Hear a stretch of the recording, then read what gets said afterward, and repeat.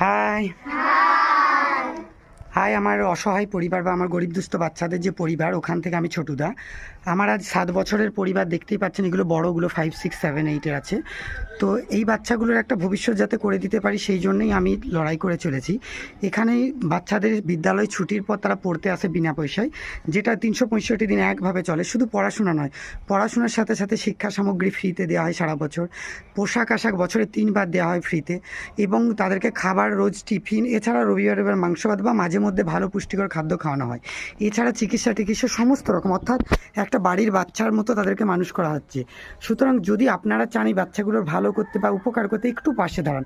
আমার নাম্বার দিয়াই থাকে, দয়া করে সকলে ফোন করে হেনস্থা করবেন না। সারাদিনে প্রায় 70 থেকে 80 জন ফোন করেন, আর খালি বলেন ঝাড়গ্রাম, সম্ভব নয়। এইভাবে ফোন করার দরকার নেই, সবাই জানেন আমার ঠিকানা ঝাড়গ্রাম। সুতরাং যদি সাহায্য বা সহযোগিতার ইচ্ছা থাকে তবেই ফোন করুন, নাহলে ফোন করার দরকার নেই।